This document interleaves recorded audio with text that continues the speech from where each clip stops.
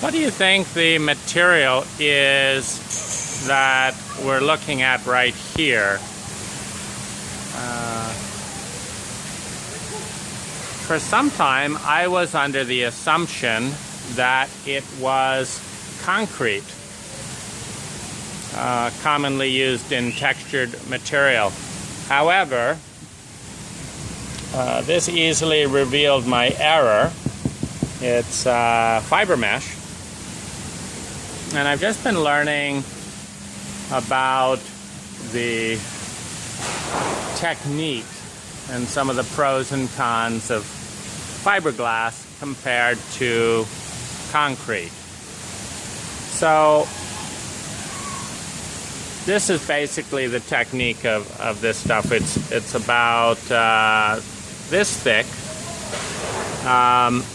Number one, rebar is welded together in a rough armature, which also theoretically gives it a little bit of structural support for it to be climbed on and, you know, hold some plants, you know, like in little pockets up here. So a rebar framework is made.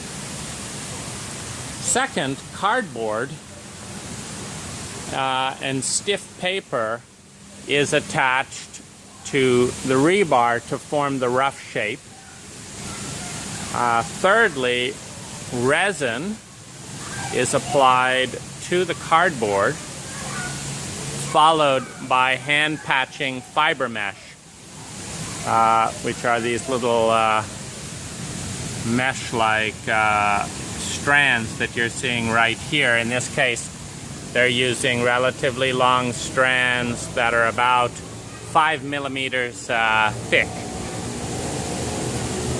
Those are then painted again with resin, and a couple of layers of that go on.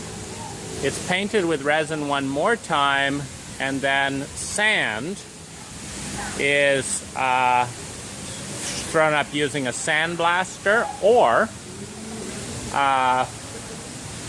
you can just hurl sand at it and then brush off the remainder.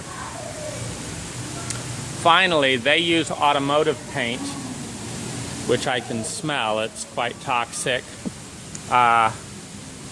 instead of a latex or other water-based paint, simply because they last it lasts longer, and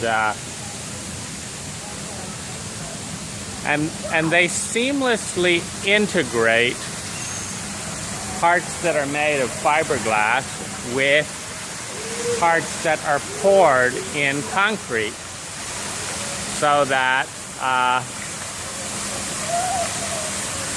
you have the primary structure supported by large concrete beams, and then a secondary structure that is laid on top that is far less structurally stable.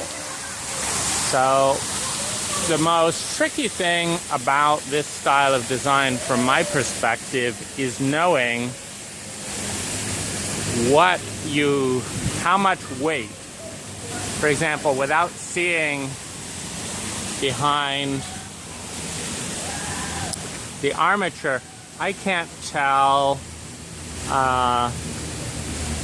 how much of the top planter is supported with a concrete beam. But I can tell that it has some support, for the simple reason that this fiberglass is not strong enough in and of itself to hold plants that big. It's a great material for irrigating, because you can just go into the center of this whole complex and poke up little holes right through, quote, the center of the rock, directly to your pockets of planting. But it also begs the question, how chemical and unnatural are we willing to be to create the visual illusion of natural?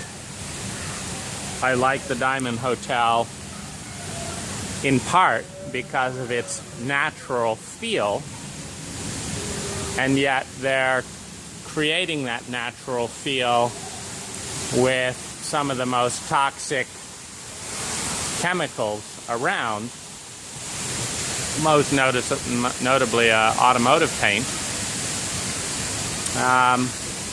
So it's a little bit of a